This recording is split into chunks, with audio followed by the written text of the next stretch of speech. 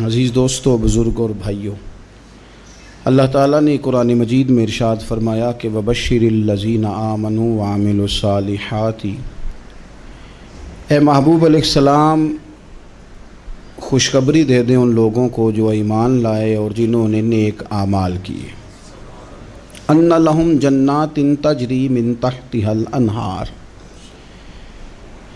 ان کے لیے جنت ہے، اور جنت وہ ہے جس کے نیچے نہریں بہہ رہی ہیں۔ اللہ تبارک و تعالیٰ نے اپنے محبوب کریم صلی اللہ تعالیٰ علیہ وسلم کے غلاموں کو خوشخبری سنوائی، اور سنوائی بھی حضور کے مقدس لبہائے مبارکہ سے۔ آپ انہیں خوشخبری دے دیں کہ ان کے لیے جنت ہے، باغات ہیں، اور باغات وہ ہیں جن کے نیچے نہریں رواں دواں۔ لیکن کن لوگوں کو؟ جو ایمان لائے اور جنہوں نے نیک اعمال کیے۔ کچھ نہ کچھ انسان کو نہ عمل کرنا چاہیے۔ وہ جو عمل ہے نا، کوئی بندہ اپنے عملوں سے جنت میں نہیں جائے گا، جنت میں خدا کے فضل سے جائے گا۔ لیکن یہ جو اعمال ہیں نا، یہ سبب بنیں گے اللہ کی رحمت کا، یہ ذریعہ بنیں گے خدا کے کرم کے متوجہ ہونے کا۔ جب ہم نیک اعمال کریں گے تو اس عمل کی وجہ سے رحمت ہوگی، اور وہ رحمت ہمیں اللہ کے قریب بھی لے جائے گی، اور اس رحمت کی برکت سے رب جنت بھی عطا فرمائے گا۔ ہمارے ہاں یہ ہوتا ہے کہ ہم زیادہ تر چیزوں کو تقریر سننے کی حد تک لیتے ہیں، اچھی نصیحت کا لطف ضرور حاصل کرتے ہیں، اچھے جملے کو اپنے دل میں اس کی فرحت ضرور محسوس کرتے ہیں، لیکن عمل کی طرف نہیں بڑھتے۔ اس کا نقصان یہ ہوتا ہے کہ یہ معاذ اللہ ایک باقاعدہ شعبہ بن جاتا ہے کہ میں نے بڑی خوبصورت تیار کر کے تراش خراش کر کے بات کرنی ہے، بڑی عمدہ کرنی ہے۔ اچھے ادیب تو پیدا ہوتے ہیں، اچھے خطیب، اچھے واعظ، اچھے سننے والے، داد دینے والے تو پیدا ہوتے ہیں، لیکن اگر عمل کا شوق نہ پیدا کیا جائے تو پھر باتیں نشستن گفتن برخاستن تک رہ جاتی ہیں، اس کا لطف نہیں آتا۔ پھر تو تقریریں ہو رہی ہیں، ہوتی ہیں اور ہوتی رہیں گی۔ نتیجہ کیا نکلا؟ جو آدمی کہتا ہے میں اتنے سالوں سے تقریر سن رہا ہوں، تو سوال یہ ہے کہ بھئی اتنا سننے کے بعد تم سنورے کتنا؟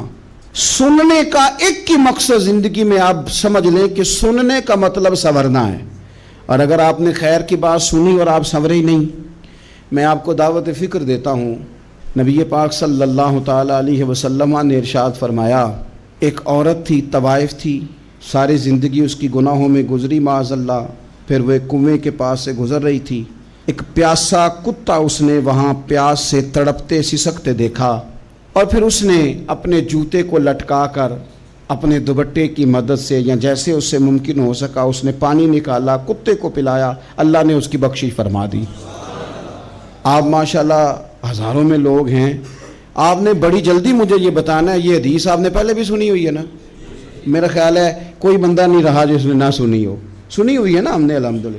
اتنے سارے بندے جو یہاں موجود ہیں انہوں نے سنی ہوئی ہے، تو ظاہر ہے امت مسلمہ میں جتنے لوگ ہیں ڈھیر ساروں نے یہ بات سنی ہوگی۔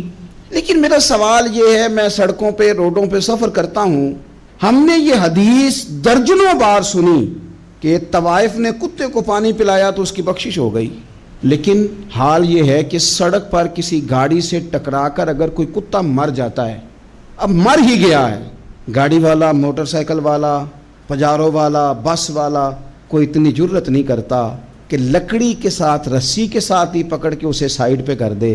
وہ سڑک پہ مرا ہوا پڑا رہتا ہے، یہاں تک کہ گاڑیوں کے ٹائروں کے ساتھ اس کا گوشت لگ لگ کے سڑک صاف ہوتی ہے۔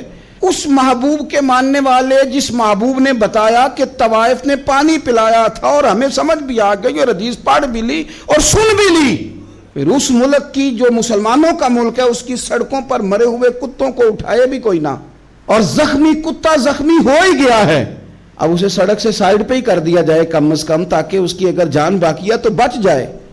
تو پھر مجھے بتاؤ نا میرے دوستو، ہم نے کس لیے تقریریں سنی ہیں، کس لیے خطبے سنے ہیں؟ واعظ و نصیحت کی مجالس کا مطلب ہم نے کیا سمجھا ہوا ہے؟ تقریر، تحریر، تصنیف، اچھی گفتگو، اچھا جملہ، اس کا معنی ہم کیا سمجھتے ہیں؟ تو آج جو خوبصورت گھڑیاں شب برات کی صورت میں ہمیں نصیب ہونے جا رہی ہیں، اس سے پہلے اپنے دل میں یہ ارادہ کرو کہ رب کریم نے ہمیں جتنا دین کا فہم دیا ہے، سمجھ دی ہے، علم دیا ہے، ہم ارادہ کرتے ہیں اب ہم صرف سنیں گے نہیں، پڑھیں گے نہیں، صرف بیان ہی نہیں کریں گے، ہم عمل بھی کریں گے۔ کوئی تھوڑا سا نا عمل کا رستہ بھی تو میرے عزیز ہونا چاہیے۔ اب مطلب بہت ساری جگہوں پہ جانے کا موقع ملتا ہے تو لوگ کہتے ہیں پیر صاحب ناراض نہ ہونا، ہم نے بڑا بندوبست کیا ہوا ہے، تقریر ذرا نہ 1.25 گھنٹہ کرنا۔ تو میں کہتا ہوں مثلاً آپ مجھے بتائیں نا 1.25 گھنٹہ تقریر کرا کے آپ نے کیا کرنا ہے؟ اگر تو آپ نے اس لیے بلایا ہے کہ جناب ایک بات سنیں گے، ایک واعظ ہوگا، سر دھنیں گے، تو وہ تو مجھے آتا ہی نہیں، تو میں تو مختصر بات کروں گا اور اتنی کروں گا جس کی ضرورت محسوس کروں گا۔ لمبی چوڑی تقریروں کا کیا مطلب ہے؟ ہم کیا چاہتے ہیں سوائے اس کے کہ جناب بات بڑی اچھی کانوں کو لگ رہی ہے، مزہ بڑا آ رہا ہے، تو آپ نے لیا کیا؟ نتیجہ کیا نکلا؟ میرے رسول پاک علیہ السلام کے صحابہ جو حضور سے نصیحتیں لیتے تھے وہ کیسی تھی؟ حضرت عبداللہ بن بصر رضی اللہ تعالیٰ عنہ حاضر بارگاہ ہوئے، آ کے عرض کی یا رسول اللہ صلی اللہ علیہ وسلم، میں آیا ہوں سونے، پتہ نہیں دوبارہ آ سکوں کہ نہ آ سکوں، حضور پتہ نہیں موقع ملے نہ ملے، ایک بات مجھے بتا دیں، میں اس پہ عمل کروں گا، میری زندگی بھی بن جائے اور آخرت بھی بن جائے۔ تو کریم محبوب نے فرمایا عبداللہ زبان کو خشک نہ ہونے دینا، اس کو تر رکھنا۔ تر حضور کس چیز سے؟ فرمایا اللہ کے ذکر سے تر رکھنا، زبان اللہ کے ذکر سے تر رہے، ہر وقت رب کی یاد رہے، تیری دنیا بھی بن جائے گی اور آخرت بھی بن جائے گی۔ تو میرے عزیز اپنی زندگی کے اندر اب ہم نے عمل کرنا ہے۔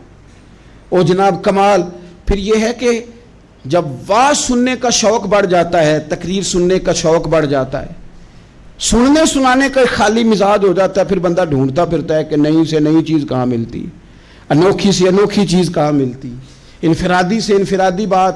میرے بھائی آپ ضرور سنیں، ضرور سنیں، مومن کی گمشدہ میراث ہے، حکمت جہاں سے ملے لیں، لیکن عمل کرنے کے لیے لیں۔